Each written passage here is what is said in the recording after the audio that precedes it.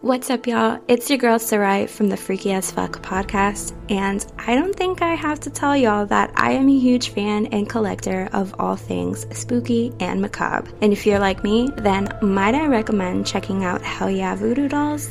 This incredible online shop has one-of-a-kind handcrafted voodoo dolls, handmade jewelry, and all kinds of Hell Yeah merch, such as hoodies, t-shirts, beanies, and more. If you're looking to get a unique gift for yourself or for your favorite person, be sure to check out Hell Yeah Voodoo Dolls. You can find them at hellyeahvoodoodolls.com, where you can also find some info on the 4,000 square foot haunted Victorian manor that they're renovating. Shop Hell Yeah Voodoo Dolls today for your spooky needs.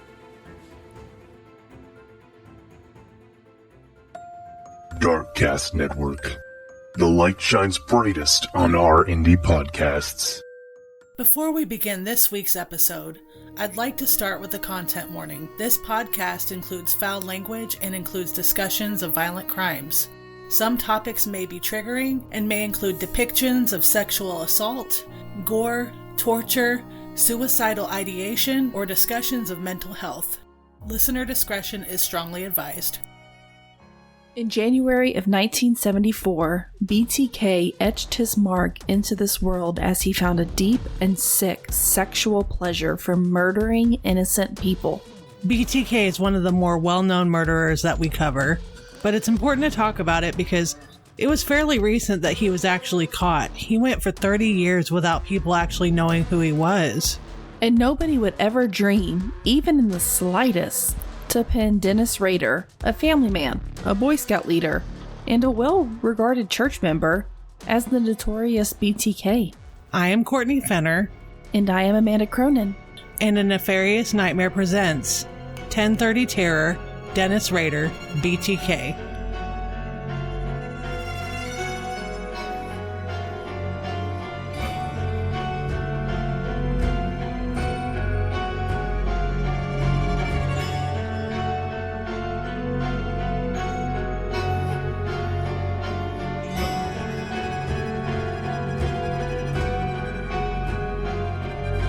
This week, I'd like to highlight this missing person. His name is Jared Chavis, and he went missing January 12th of 2018. Jared Chavis is an Air Force veteran, 19 years old at the time, described as a person of color at approximately 5'7" and 160 pounds with brown eyes and black hair. Around 10:39 p.m. the night that he went missing, Chavis met up with a friend on the 8800 block of Westheimer Road in Houston, Texas. Chavis entered the backseat of a vehicle, a black Ford Fusion. The suspect in this case was driving, and a verbal disagreement had occurred. Gunshots were heard, and Chavis was never seen leaving the vehicle. He has not been seen since then. Jared Chavis's family, Crime Stoppers, and Houston Police Department Missing Persons Unit are all needing assistance in identifying the suspect in this case, and requesting the help of the community and the public in finding him. Crime Stoppers is offering a reward of up to $10,000 for information leading to the arrest and/or charging of the suspect in this case.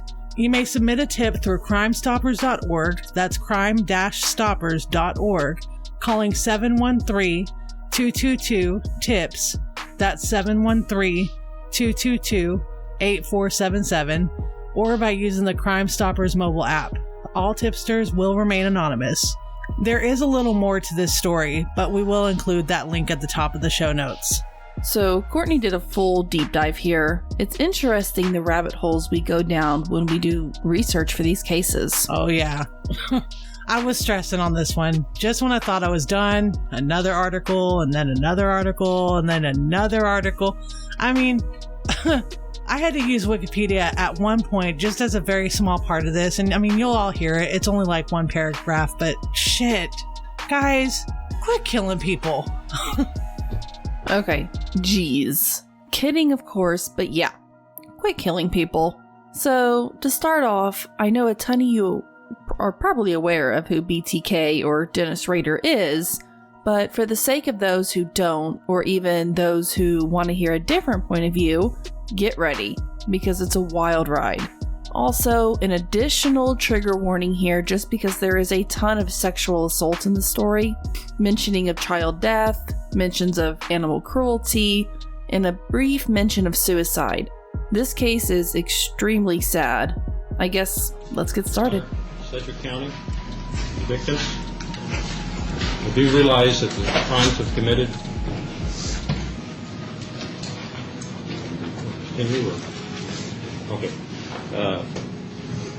The atrocious crimes that committed has continued. The Sedgwick County is a monster. It brought the community, my family, the victims, dishonor. And it's all self-centered, as I would call a sexual predator. Today is my final judgment. For me, the last couple of days in court, presented by the state, their PowerPoint presentation was very powerful. A couple of things I might point out toward the last, but overall, most of that was true. And I think the Sedgwick County ought to be proud that they do have a good state, that the evidence was there earlier, DNA, floppy. There was no way that I was going to get out of this. Dennis Lynn Rader was born March 9th, 1945, and it's unknown whether he was born in Columbus, Kansas or Pittsburgh, Kansas, but he grew up in Wichita, Kansas, to Dorothy Mae Cook and William Elvin Rader. He had 3 brothers, Paul, Bill, and Jeff. His parents were always working long hours, and later Dennis claimed to have felt ignored. There's not a lot known about his childhood.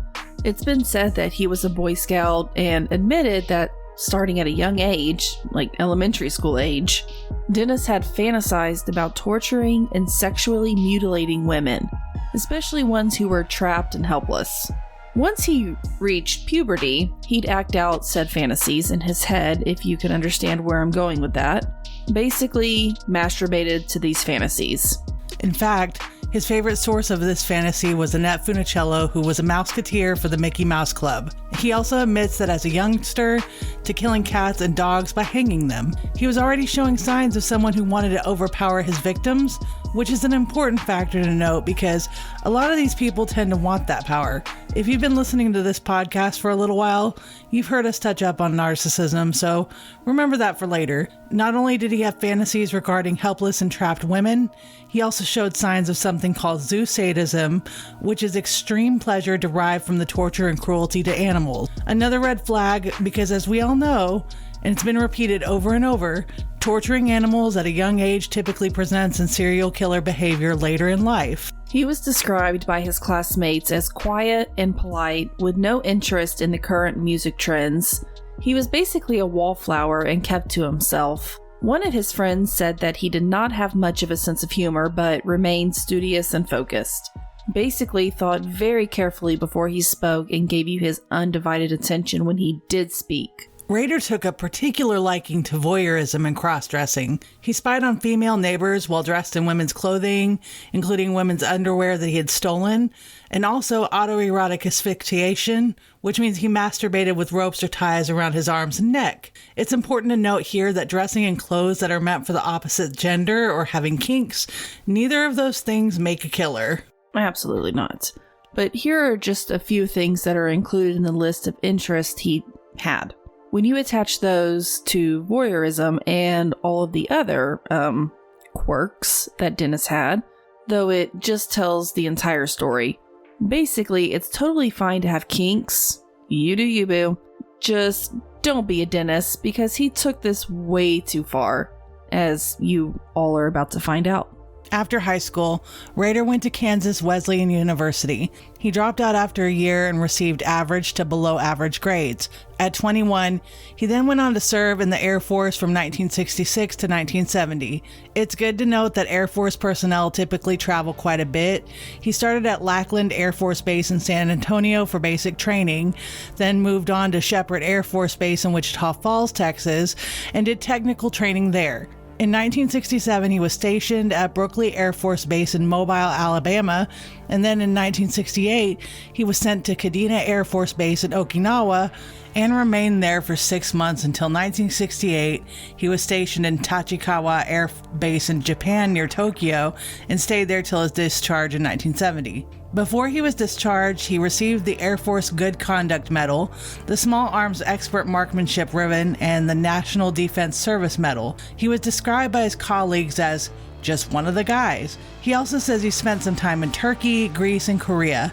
Some accounts claim that once he was discharged, he went on to live his life in a small suburb of Wichita, Kansas called Park City, and then got hired on to work as a meat guy in the meat department at a supermarket his mother also worked at as a bookkeeper.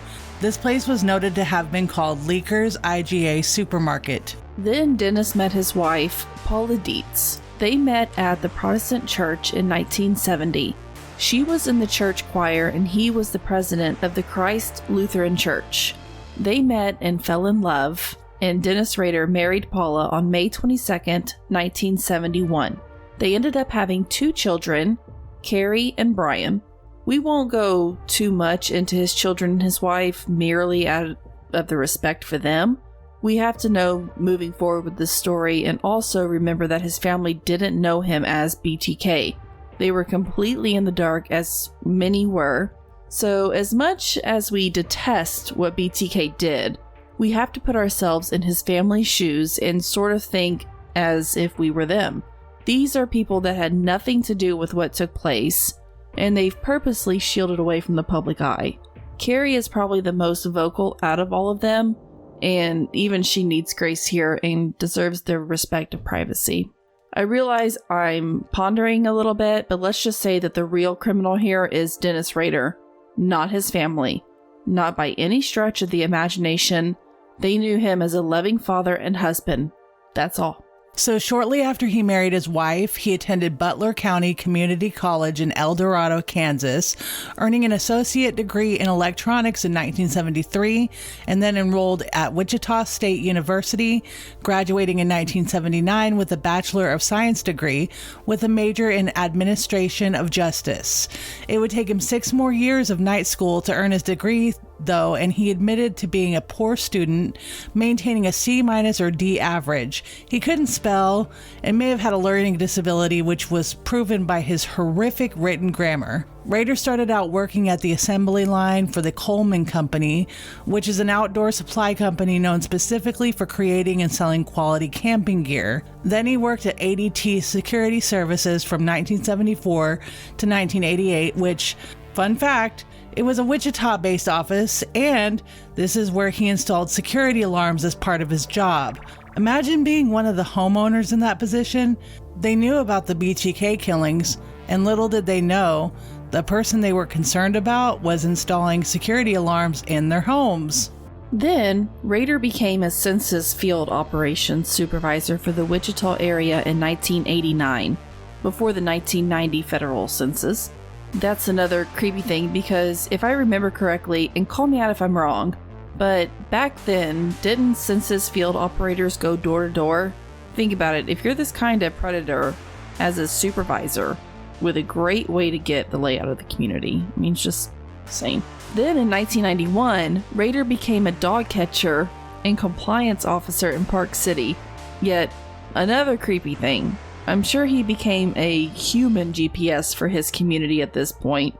Neighbors remembered him being sometimes overzealous and extremely strict, also taking extra care to bully and harass single women. There was even a point where one of the neighbors had complained that Rader killed her dog for no reason. So here you have what's known in this situation to be your normal, average-looking, unsuspecting, and even trustworthy individual. You know, someone who is even known to get onto his coworkers for telling raunchy jokes in front of the secretary. He was respected at his church, as a supervisor, and even known in his community, for the most part, as quote-unquote normal, polite, and well-mannered. He was a family man who harped on hard work and giving it your best, and even taught Boy Scouts and how to cook tinfoil dinners. But here's the kicker. I was recently somewhat involved in a discussion regarding Sherry Papini, shout out to Over the Fence and Then They Were Gone podcast for the back and forth on that episode. But Sherry Papini basically faked her kidnapping, and quoting from one of my friends in the discussion, who is Kevin from the Jury Room podcast, he said, quote, "You'd be amazed at the lengths people will go to tell lies," and he's absolutely right. You'd have to have some kind of dedication and devotion to be able to pull off things like this. For instance, during his quote-unquote cooling off periods between the murders he had committed, Rader would curate his own little private gallery of pictures he had taken of himself donning women's clothes and a female mask while bound. He did later admit that he was pretending to be his victims as part of a sexual fantasy. With that, Rader kept his fantasies under lock and key, and he was widely regarded in his community as normal, polite, and well-mannered. Sometime between 1973 and 1974, he had worked for a company called Cessna, which is an aircraft manufacturer, but then claims to have been fired from that job. He found himself in a position where he was in a low frame of mind, unemployed. He said he felt unhappy with a lot of time on his hands. He felt himself becoming more involved in the fantasy world he had created and felt curious as to what strangling someone to death would feel like if he had done this for real. At one point, he started feeling restless and bored. He was in between jobs and also driving his wife to and from work. She worked at the VA hospital over in Wichita and didn't like driving in the snow and the ice, which I totally understand that myself. But anyway, he also had this hobby of walking or driving around certain neighborhoods or even school campuses, and he named this hobby trolling. I'd say think like you're out looking for Christmas lights, but it's not Christmas lights, it's women, and it's year-round. Also, who would have thought that trolling would mean something so much different and even just as annoying today? But anyway, he'd walk or drive around these areas looking for women to observe. He would find certain women and admits a little later to having an attraction to Hispanic women because of their beauty and dark hair, maintaining his study and focus on them, and use them for his bondage, torture, and death fantasies. He would imagine that he would do to them, which is bind them, torture them, and kill them. You know, BTK. January of 1974, a nice house on 803 North Edgemore Street on the corner of Edgemore and Murdoch in Wichita, Kansas, welcomed the Otero family of 7. Dennis was dropping his wife off at work one day and noticed 34-year-old Julie Otero with her 11-year-old daughter Josephine Otero outside. Dennis just couldn't stop his mind from going to that inevitable dark place. He had what he called a quote-unquote hit kit, which primarily consisted of cords, knives, a gun, different tools to assist in breaking and entering. He also watched the Otero home from a distance for a couple of weeks. Trolling, remember, he'd used that word earlier, and watching the home, mannerisms, and remembering their schedules and their habits. It got to a point where he just couldn't handle it any longer. He was ready. So on January 15th, 1974, sometime in the morning between 7 and 8 a.m., he went to the back of the home, cut the phone line, then he barged into the back door after a brief period of hesitation and met face to face with 4 of these family members and their dog, Lucky. Some sources say that he knocked on the door and actually was met with Julie, and that he told her that he was a phone repairman, but I haven't been able to pinpoint the exact information of that situation, but it's still worth including. I will say that he told them something to the effect of being wanted in California, and that he needed their car and he wouldn't hurt them. 38-year-old Joe Otero was the first one that Rader came face to face with, although some articles say that he was the last. He was still home, which Dennis did not expect.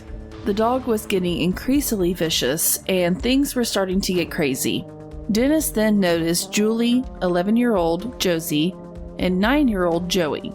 Dennis then held Joey at gunpoint, demanded him to put Lucky in the backyard. He was able to maintain control of all 4 people with this gun. It's noted that Joe was taken completely aback by the situation at first, thinking that this was some kind of sick joke that his brother-in-law was playing on them. It goes without saying that he figured out pretty quickly that this was not the case, because then Dennis commanded everyone to lie down in the middle of the living room, and then changed his mind and sent everyone to the bedroom, using trickery to his advantage in order to keep this poor family in compliance, and cooperated enough for Dennis to easily tie everybody up. Quickly, Compliant Joe became Contending Joe, because at this point, Dennis put a bag over his head and Joe fought hard. He tore holes in the bag, and Dennis had to create a cord ligature to subdue and then strangle Joe to death. And then there's Julie. Dennis attempted to manually strangle her, thinking this would be easy because, movies make it look easy, but it wasn't. The first time, Julie passed out, but after a little time, she revived. However, Dennis attempted to manually strangle her again, and before she passed away, she begged for him to have mercy on the children, and her last words were, quote, "God have mercy on your soul." Courtney reached out to Jackie Moranti from the Cause of Death podcast to help put manual strangulation in better perspective. Yeah, so Jackie is a biomedical research scientist and has worked in research for 14 years, mostly with infectious disease. But, she has a knowledge in a variety of topics relating to death, disease, etc. She goes on to say that this is just her opinion, but, quote, "Manual strangulation would be so much harder, not only because of the pressure it would take to get the job done, but also that person is struggling. They're fighting you. You have to have the correct pressure in the exact right place on the neck to get the job done." End quote. We also briefly discussed the amount of pressure it would take, and she goes on to say, quote, "Then there is the personal aspect of looking someone in the eye and watching them die. It would also depend on the size of the victim and how strong they are opposed to the strength of the perpetrator." Now, when we talk about pounds of pressure, specifically, again, it would depend on the victim. But theoretically, it takes about 11 pounds of pressure to cut off the carotid artery. 4 pounds would cut off the jugular, and 33 pounds to actually break the trachea. Time would be the major player in actual strangulation. It takes more time than pressure to kill someone. You're talking about 30 seconds to a minute in any of those situations. End quote. So this explains why you shouldn't depend on movies to be a complete asshat in general. So the next victim was 9-year-old Joey, where he was forced into the bedroom where Dennis proceeded to strangle and suffocate him. According to my Murderpedia source, quote, "He apparently rolled off the bed and died face down on the bedroom floor." Rader says he brought a chair into the bedroom and sat there to watch the boy die, end quote, which is incredibly foul. Remember, Dennis was a family man, right? And that really broke my heart. It's awful what happened to all of these victims, but I'm having a really tough time grappling why this innocent 9-year-old boy. The whole Otero family section of the BTK story is heart-wrenching. In any documentary I've seen, in any podcast I've listened to, it's this family right here that makes, some feelings. So the last one to go was 11-year-old Josie Otero. It's been noted that Josie was his primary target. Like her mother, she was able to revive a failed strangulation attempt. But Dennis then forced her down to their basement, where he tied her to a pipe, sexually assaulted her. Then he fashioned a noose, put it around her neck, and told her that, quote, she would have to be going to heaven to join the others, end quote. He then asked where their camera was. Josie told him they didn't have one. He then left her partially undressed and hung her from the sewer pipe in the basement. He then masturbated on her, leaving ejaculate on her legs and pipe behind her. Every single time I've read about or listened to this case, that part just leaves me absolutely undone. All of it's awful, but whenever I explain something from both a psychological and biblical standpoint, you all may have a different and even creepier perspective of this as well. He told Josie that she was going to heaven to join the others. Now, it's obvious that he's a monster and doesn't give a single solitary fuck, but let's go a little deeper. The fact that he said, quote, you're going to heaven to be with the others. I mean, this suggests that he knew of their innocence because biblically, only those without sin or who have been forgiven of their sin will make it to heaven. He knew he was wrong. He did it anyway. He knew these people didn't deserve it, but did what he did anyway. Marinate on that. It's incredibly fucked up.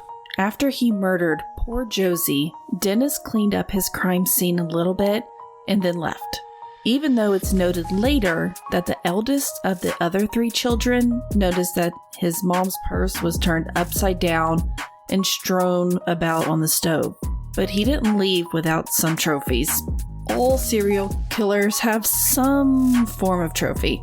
His were a small radio that the family owned and a watch that belonged to Joe. He also took their Oldsmobile station wagon and drove it to a nearby supermarket called Dillon's, nearly having a collision with another vehicle on the way out of Murdoch Street. He was seen exiting the vehicle visibly shaken and had thrown the keys to the roof of the supermarket. Then he left on foot. He realized he may have left his knife at the Oteros, so he found his own car, parked it in the Oteros' garage, found the knife from the yard, and then left again. So Charlie, Daniel, and Carmen Otero, 15, 14, and 13 at the time, and respectively, all came home from school that day to the scene. They noticed that Lucky was outside, which was highly unusual. Dennis did not know that the Oteros consisted of 5 children, not 2. Charlie tells 2020 or ABC News that, quote, "It was just like you ripped my chest open and tore my heart out. I imagine that this has been haunting them all of their lives. Can you imagine coming home from school to this?" He remembers his father and mother as kind, jovial, and caring. His mother was a mother first and foremost. Charlie spent quite a bit of time in a dark place after this, seeking revenge, and I completely 100% understand. He's thankful he didn't come across his little brother and sister because he didn't know how he would have handled that, but he said he saw his mom unrecognizable, tied up on the bed, and his dad with a belt wrapped around his neck. Fucking horrible. The police were called from a neighbor's house, and they were the ones who discovered Joe and Josie and informed the other 3 siblings of what they had found. So sad. So far, this is 4 victims. That same year, Dennis had found his next victim, Catherine Bright. Catherine, who was ironically another Coleman employee, was noticed by Dennis one day as she entered her home, and he called her one of his quote-unquote projects. He proceeded to stalk her and watch her, to troll her. He took note of when she came and went, and on April 4th, 1974, he broke into her home from the porch door and hid in her bedroom. Around 2 in the afternoon, she and her brother, Kevin Bright, who was 19 at the time, returns to her home. Dennis wasn't expecting that, so he came rushing out of the room pointing a gun at them. He told them some bullshit story that he was a wanted criminal and needed a car, food, and money because he was on his way to New York. It's likely he told them he wasn't going to hurt them, but then told them to go into the bedroom. He then demanded Kevin to bind his sister's hands and feet. Then he took Kevin into another room, attempted to tie him up as well, and to strangle him with a pair of knotted up pantyhose, but Kevin wasn't having it. He got into an altercation with Rader, nearly overpowering him and nearly getting hold of the gun. But unfortunately, Rader had a firm grip on the gun and ended up shooting Kevin in the head 2 times. Thinking Kevin had died, he went after Kathy to finish the job, but Kathy also put up a big fight as he attempted to strangle her. After many failed attempts, he stabbed Kathy in the abdomen several times. Meanwhile, Kevin found a way to escape, and he ran about half a mile to his car, drove off, and got help. Imagine being shot in the head twice and still managing to get help. Wow.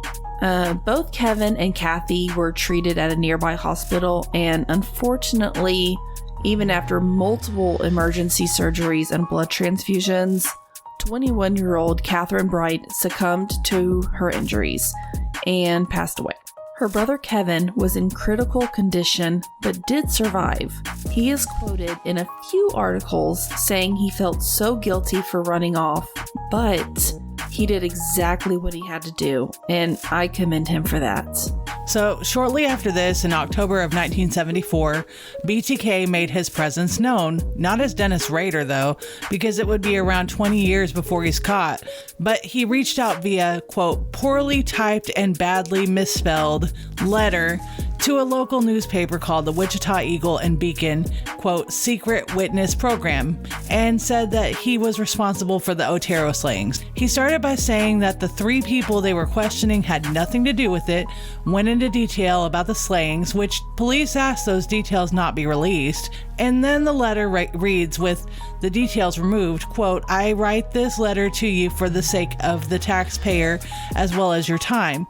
Those 3 dude you have in custody are just talking to get publicity for the Otero murders. They know nothing at all. I did it by myself and with no one's help. There has been no talk either. Let's put this straight. an end quote on that one. And then back then there was the chief of police, which was Floyd Hannon. He had actually said, quote, the writer of this letter would have had to be inside the house when the crime was committed or participated in the crime. After giving the details, the letter continued, quote, I'm sorry this happened to society. They are the ones who suffer the most. It hard to control myself. You probably call me psychotic with sexual perversion hang-up. When this monster entered my brain, I will never know, but it here to stay. How does one cure himself? If you ask for help that you have killed 4 people, they will laugh or hit the panic button and call the cops. I can't stop it, so the monster goes on and hurt me more, as well as society. Society can be thankful that there are ways for people like me to relieve myself at time by daydreams of some victims being tortured and being mine. In a big, complicated game, my friend, of the monster play putting victims number down, follow them, checking up on them, waiting in the dark, waiting. The pressure is great, and sometimes he ran the game to his liking. Maybe you can stop him. I can't. He has already chosen his next victim, or victims. I don't know who they are yet. The next day after I read the paper, I will know, but it's too late. Good luck hunting. Yours truly, guilty. End quote. So the letter wasn't signed, but Rader included, P.S. Since sex criminals do not change their M.O. or by nature cannot do so, I will not change mine. The code words for me will be bind them, torture them, kill them. BTK. You see, he added again. They will be on the next victim. End quote. This letter was immediately given to police, and many appeals were made for them to reestablish contact, but nothing happened. According to this article from the Wichita Eagle, quote, under the secret witness program, persons with information concerning a crime could pass on information to the police through newspaper without divulging their identity. Ah, fuck me. Okay, right here we're going to take a brief break. Be sure to listen to these promos from Brew Crime and Doom Generation Podcast.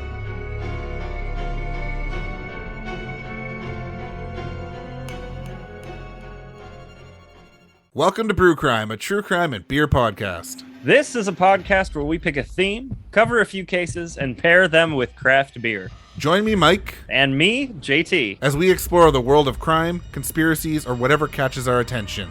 You can find us on social media at Brewcrime or our website, brewcrime.com. And you can find us on any podcast app at Brewcrime Podcast. Join us as we discuss the horrible crimes that surround us and maybe, definitely tip a bottle or two back as you do it. Drink with us the second and last Tuesday of every month. Psst. Hey, you. Want to get doomed? I'm Tessa. And I'm Nicole, and we have a spanking new podcast for your ear holes called Doom Generation. Listen in as 2 foul-mouthed biddies have an always casual, often comedic... What? I think we're funny. ...and sometimes chaotic conversation about the things that doomed us to be who we are today. Take a trip with us down nostalgia lane, and we'll try not to veer off the road. Available on Spotify and Apple Podcasts. Follow us on Instagram and Facebook at Doom Generation Pod, and on Twitter at DoomGen Pod. Later, Doomers!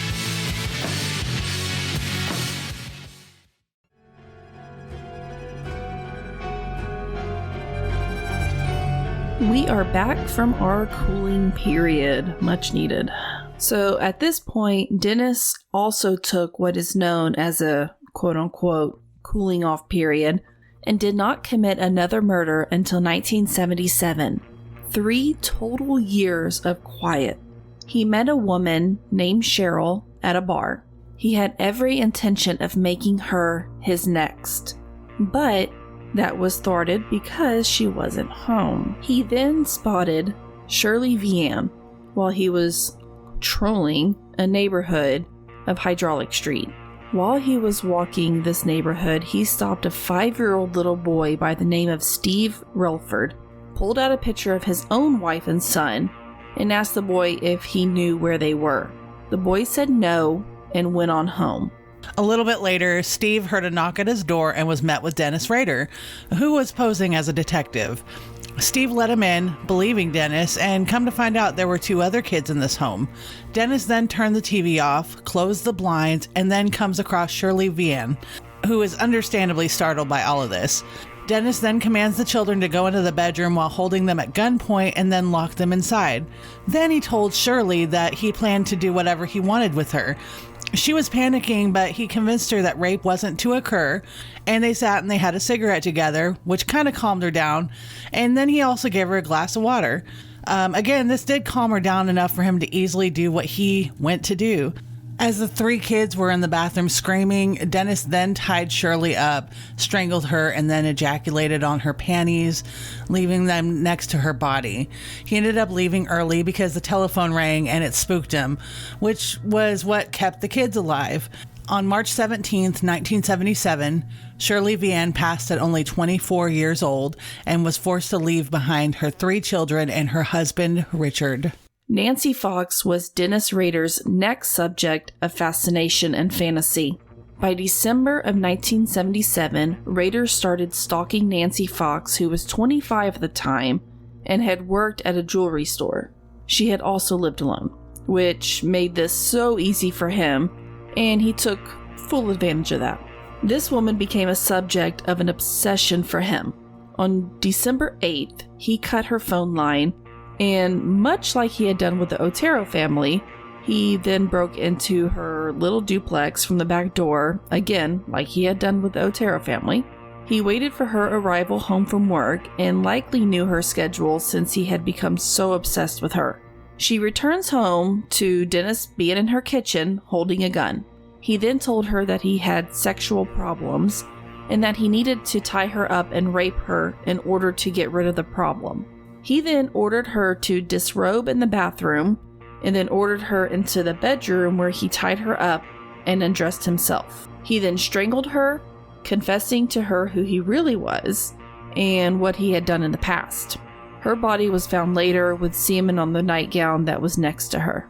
Dennis was working for the ADT alarm company by this time, so the next day, December 9th, on his way to work, he called the local police department and said, quote, "Yes, you will find a homicide at 843 South Pershing.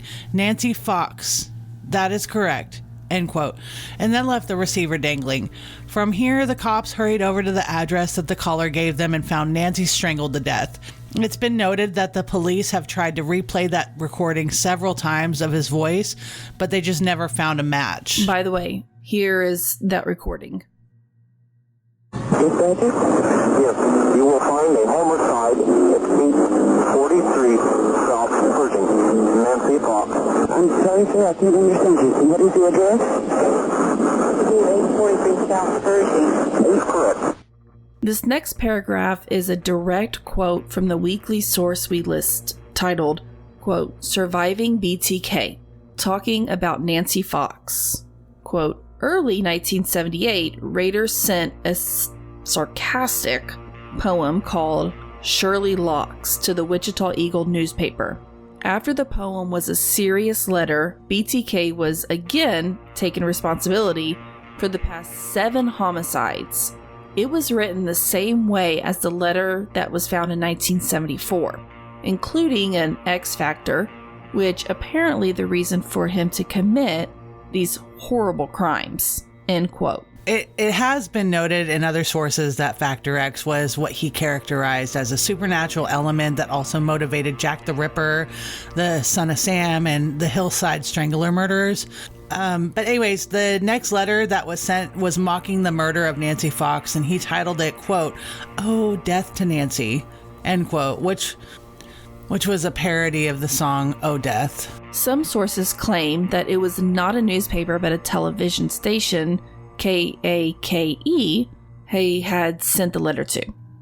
He had admitted to the murders of the Otero family, Bright, Vian, and Fox. He also made many name suggestions for himself, but the one that stuck was BTK. He even demanded media attention, which isn't unusual in serial killers. In fact, he is quoted as saying, "How many people do I have to kill before I get my name in the paper or some national attention?" End quote. Speaking of, it was finally announced that Wichita had a serial killer at large. Finally. Dennis Rader had every intention of killing others, notably one by the name of Anna Williams, who was 63 at the time. And this was April 28th of 1979, and he had been stalking her as well. She'd returned home much later than expected, which caused her to survive because Dennis lost his nerve and patience. Dennis is noticed as feeling incredibly livid and wanting revenge because Anna managed to escape death. He was bona fide obsessed with her. In August of 1979, the phone call reporting Nancy Fox's death is broadcast. That would be the clip we played earlier. Then BTK went quiet again for another quote-unquote cooling off period. And then in 1984, a task force dedicated to finding BTK is formed and called the Ghostbusters. The task force included a young officer named Ken Londware, who will lead future efforts to track BTK down. Also takes extra care to organize and preserve evidence that would be considered valuable. On April 27th, 1985, after an evening of bingo and dinner with her boyfriend, 53-year-old widow Maureen Hedge is abducted from her home in the Wichita suburb of Park City, just down the street from Rader's house. She had lived in the same neighborhood as Rader for 30 years at this point. Rader was 40 at this time, so just think. He's likely known of Maureen Hedge since he was only 10. She was described as a kind and gentle woman. That day, during a Boy Scout meeting, Dennis made it known that he had a headache and had to get some headache medicine. Instead, he went to a nearby bowling alley and bought a beer, purposely making a mess with it so potential witnesses would assume that he was drunk. He then called a taxi cab and basically said, "Hey, I'm drunk. I can't drive. Please take me home," which, remember, it's in that same Park City suburb. He then arrived, instead, to Maureen Hedges' house. He noticed her car was home and assumed that she was home as well. So, per usual, he cut the phone line, quietly opened the back door, and snuck in. To his relief, he noticed that the house was empty. So he went into her bedroom and waited. He noticed a car pull into the driveway, and Maureen Hedge and another person walked in. Rader maintained his quiet and stayed hidden in the bedroom closet until around 1 o'clock in the morning so that he knew the man she came home with had left. Maureen went to bed and fell asleep, and then Dennis pops out of the closet, turns on the bathroom light, and subdues Maureen by jumping on top of her and probably with no time to startle her. He then choked her to death, and she had no time to even react. He then put the body into the trunk of his car and drove to the church that he was a regular and trusted member of. He had keys to the building, so he was able to gain entry real easy. He then covered the windows in black plastic, I assume garbage bags, so that nobody could see what was happening inside. And then he took her body to the church basement. He posed her body several different ways and took pictures, then dragged her back to the trunk of his car, drove her to a nearby ditch along a dirt road near the neighborhood, and dumped her there. It took 8 days for her body to be found, and it was determined that she died by asphyxiation, and at the time, her murder wasn't connected to BTK. Nearly a year and a half goes by, and then BTK strikes again. September 16th, 1986. His 9th victim would be 28-year-old mother of 2, Vicki Wegerle. Rader would troll the neighborhood, and she caught his eye. He would go by her house and listen to her play the piano. This one he planned very carefully and called it his PJ project. So it was around 10 a.m. that morning. BTK was dressed up as a telephone repairman and, per usual, knocked on Vicki's door. After she let him in, he cut the phone line, informed her that he was about to tie her up. He then forced her into the bedroom at gunpoint and attempted to tie her up. She fought him hard, left scratches on him. Remember that. He was able to get rope, and he ended up strangling her. He then posed her in different positions and took photos like he had done with Maureen Hedges. He then stole Wegerle's car and left. Rader parked the car and just a few blocks away and started disposing of the evidence. He then went home and changed his clothes, so he got away with it for a minute. But her husband Bill was on his way home when he noticed the car go in the opposite direction of their home. He couldn't identify the driver of his own vehicle, and Bill gets home to see his 2-year-old son in the living room by himself. He searched the house looking for Vicky and found her behind their bed on the floor. She was rushed to the hospital and after a few hours was pronounced dead, unfortunately. Bill becomes the primary suspect in the death of his wife due to no evidence, very, very sadly. BTK goes quiet again for nearly 5 years until one day, January 19th, 1991, Dolores Davis becomes his 10th and final victim. By this time, BTK was finding it easier to go after older women because he considered them to be more vulnerable and less likely to put up a fight. He devised up a plan and then found Dolores, who was 62 and lived on her own, and lived only about 1.5 miles away from where Dennis had lived. Over that weekend, Dennis was camping with the Boy Scouts and came up with an excuse to sneak off from one of the Boy Scout meetings. He drove to his parents' house to change from his Boy Scout uniform to his quote-unquote hit uniform. Then he parked his car at a Baptist church over in Park City and left on foot. He then waited outside of the window of the Davis's house, peering in to make sure she went to sleep. He went to the back of the house and threw a cinder block through the glass door. Startled, Dolores woke up and rushed out of her room to find herself face to face with Rader. He then used a similar line to what he's used in the past, quote, "I'm going to tie you up. I need money, food, and a car." He tied her up in the bedroom and then strangled her to death. Rader then dragged her body outside, put her in the trunk of his car, and left to a lake nearby. He then hid her body and evidence underneath some trees, rushed back to her house, wiped it down for fingerprints, and then went back to the church. He then found the evidence in the body that he had hidden, and then drove the body and dumped her under a bridge in Sedgwick County. Then he went to change back into his Boy Scout uniform, fucking creeper, went back to the camp, and it's as if nothing had happened. The next day, he went back to where he had left Dolores and took pictures of her body. And then silence. Nothing. Nada. Everyone went on for close to 15 years, not knowing who did this to these 10 people and why. The case went cold. The Wichita Eagle, that pesky newspaper, well, maybe to Rader anyway, runs an article in January of 2004 noting the 30th anniversary of when BTK started.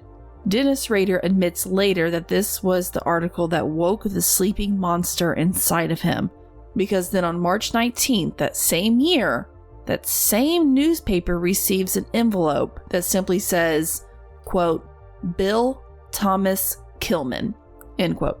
The contents of this envelope were Vicky Wegerle's driver's license, pictures of her posed body, BTK's signature, and a friendly reminder that BTK is alive and well. Then, again that same year in May, a television station, KAKE, received a proposal for chapter headings for, quote, "the BTK story," and also some fake IDs and a word puzzle. June 9th of that year, a package was found attached to a stop sign in a neighborhood in Wichita, which contained very detailed descriptions of the Otero murders, a chapter list for a proposed book titled The BTK Story, which is noted to have mimicked a story written in 1999 by a court TV crime reporter, and a sketch that was labeled "The Sexual Thrill is My Bill." So dumb. Chapter 1 of the proposed book was "A Serial Killer is Born." I mean, listen to the drama of that. It's just, this guy is so fucking full of himself. So July that same year, there was a package left at a library with even more crazy claims, one claiming responsibility for the death of Jake Allen in Argonia, Kansas, who was 19 at the time, and unfortunately he died earlier that month, and the claim was found to have been false because Jake Allen had actually died by completing suicide. In January of 2005, he tried to leave a cereal box in the bed of a pickup truck at a Home Depot in Wichita, but the owner of the truck tossed it and didn't think much of it. However, later, Dennis sent a message asking what had become of that, so the cereal box was retrieved. It was found because surveillance footage of the parking lot showed a figure in a Jeep Cherokee leaving the box. Then, in February of 2005, more postcards were sent to the TV station, and another cereal box was found in another location with a bound doll inside of it. Dennis had written many letters to police at this point and started to ask if he put his writings on a floppy disk, would they be traced? The police responded in a newspaper ad saying that it would be safe to use that disk. In February 2005, he sent a purple 1.44 megabyte floppy disk to another news station, which is Fox KSAS in Wichita. Along with that, he included a gold necklace with a large medallion and a copy of the cover of the 1989 novel called Rules of Prey, which is about a serial killer.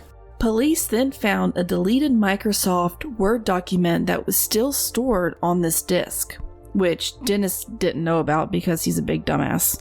They then found metadata in this document that contained words like Christ Lutheran Church and also things last modified by the name of Dennis. They did an internet search and found the name Dennis Rader as president of the church council. Investigators then drove by Dennis's house and noticed a black Jeep Cherokee, the same kind of vehicle seen at the Home Depot that dropped off a cereal box. Dots started to be connected here, but it still wasn't enough evidence. But then police obtained a warrant to test a pap smear taken from Rader's daughter at the Kansas State University Medical Clinic. DNA tests showed a familial match between the pap smear and samples from Wegerle's fingernails. Remember, she put up a fight and scratched Dennis when he attacked her. This ended up being more than enough evidence to lead to Dennis Rader's arrest on February 25th, 2005. He was on his way home from his office to have lunch with his wife. There was a line of police cars trailing him, and then he was taken into custody. After a period of questioning, they confront him with the DNA evidence, and then he confesses. I saw a video where he had basically went from, how could y'all do this to me? Like, why did you lie to me? You know, he was referring back to when he had asked, if the floppy disk would be safe, to, all right, you got me. And let me tell you, for whatever reason, that was super chilling to me. Like, zero emotion whatsoever. It was as though he had lost a fun game of volleyball with friends and said, well, lost. Good game. It even noted that he seemingly enjoyed a bonding moment with these investigators. The next day, the arrest of BTK is announced, and there is applause from an audience that had gathered at Wichita City Hall. Dennis Rader's wife had filed for an emergency divorce on July 25th that same year, and it was granted that very next day. Hallelujah. That's exactly what I would have been done. So at the beginning of the episode, I did say that there would be one paragraph that was quoted directly from Wikipedia. And I do typically try to avoid Wikipedia as a source because it's crowdsourced and it's not always accurate. But this paragraph right here is actually important. So I wanted to just kind of go into that real quick. So, quote, after his capture, Rader admitted in his interrogation that he had been planning to kill again, and he had set a date, which was October 2004, and was stalking his intended victim. In October 2004, a manila envelope was dropped into a UPS box in Wichita. It had many cards with images of terror and bondage of children pasted on them, a poem threatening the life of lead investigator Lieutenant Ken Landwehr, and a false autobiography with many details about Rader's life. These details were later released to the public, and in December 2004, Wichita police received another package from the BTK killer. This time, the package was found in Wichita's Murdoch Park. It had the driver's license of Nancy Fox, which was noted as stolen from the crime scene, as well as a doll that was symbolically bound at the hands and feet and had a plastic bag tied over its head, end quote. And that's just incredibly fucking sick. Like, I just don't get it. I don't get it. So, I mean, there's that. I don't get it. Dennis Rader waived his rights to a trial and pled guilty to the 10 murders. He also gave a full account of all 10 murders, and it was described as chilling and a matter of fact. It was as though he was waking up to take a piss every day. You don't think much of it. He referred to his victims as projects and basically gave first-hand details of what he had done. One thing to note is what he said about the first 4 murders, quote, "I had never strangled anyone before, so I really didn't know how much pressure you had to put on a person or how long it would take," end quote. No plea deal was ever made. Rader escaped facing the death penalty because he had committed these murders before Kansas adopted the new capital punishment law, and because Dennis is this quote-unquote upstanding member of society, he made sure he was always dressed in professional wear and even expressed his happiness with his defense team saying, quote, "The defense worked with me and real well. We went over it. I feel like I'm pretty happy with them," end quote. When he was confronted about why he was pleading guilty, he responded as though he was proud of what he had done. Basically, the court would say, quote, "Are you pleading guilty because you committed these crimes?" And he would be like, "Yep." Also, he described to the court how he would find his victims by saying, quote, "If you've read much about serial killers, they go through what they call different phases.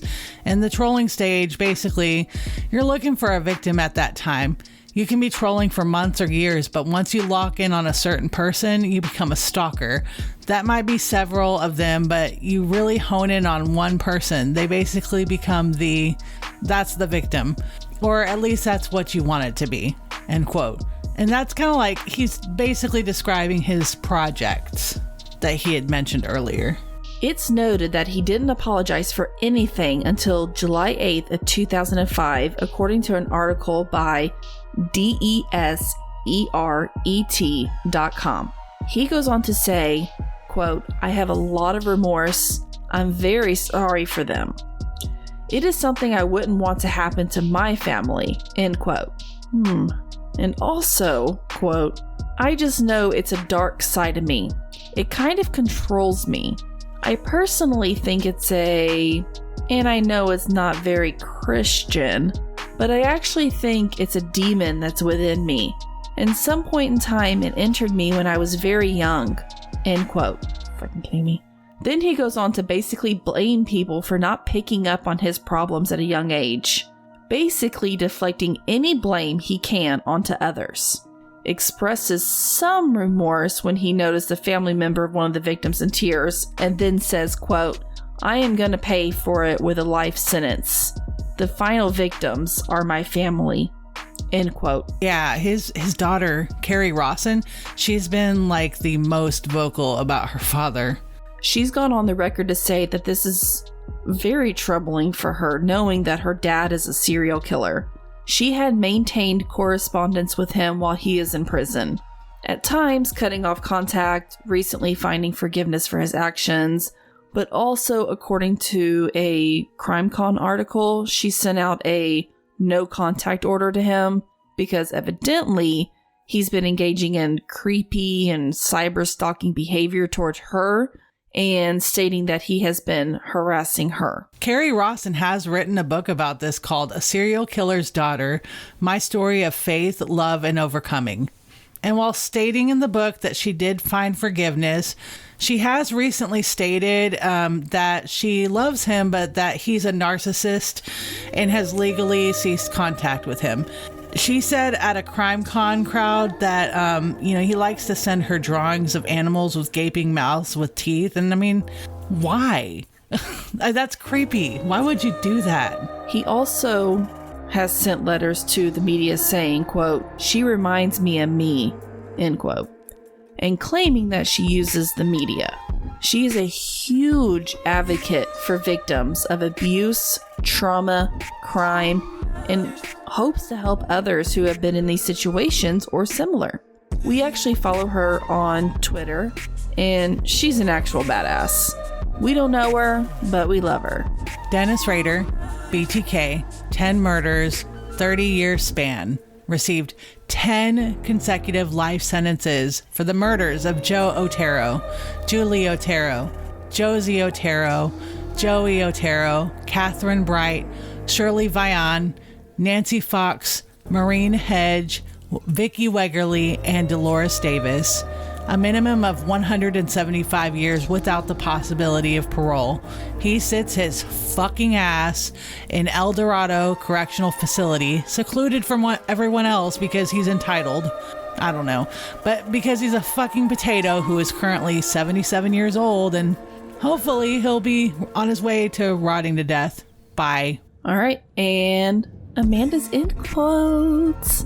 All right. So it is International Women's Day. It was on March 8th, which is already passed. But the whole month of March is Women's Month. It's a Women's History Month. So I wanted to vibe with that with our quote for this week. And it is, every woman's success should be an inspiration to another. We're strongest when we cheer each other on. And that is by Serena Williams. Oh, wow. I would have totally guessed that this quote was by that one boss that I had for, who fired me for posting Black Lives Matter on my Facebook. Because that guy, he believes in human rights and fucking, that's beautiful. That's so beautiful. Anyway, don't forget to join our Patreon for exclusive bonus content. We uploaded a blooper reel recently, and you don't want to miss that. You can also buy us a coffee or merch. You could buy us merch, but you can also buy yourself some merch. Love on our merch a little bit. It needs some love. But, you can see other various links in our link tree. Also, don't forget to get your tickets to the Dallas True Crime Podcast Festival. We want to see your faces there. So many great true crime and now paranormal podcasts will be there. www.truecrimepodcastfestival.com. Again, that's www.truecrimepodcastfestival.com. We will be there all 3 days, and the event starts Friday, August 26th and goes through August 28th. You guys have plenty of time to get your tickets, but go ahead and do that now because they actually are selling out. So it's gonna be so much fun. I'm excited. All right, well, that's all. Fuck BTK. He's a shit sandwich. Y'all see what I did there? Like BLT, but instead it's BTK, and he's a shit sandwich. I'm gonna call him that. He's a shit sandwich. But yeah, that's all. When doing deep dives, make sure you all remember to not be a fucking dick. Yeah, that's because you can work up a serious sweat. So make sure you wear that deodorant. Okay, bye. Bye.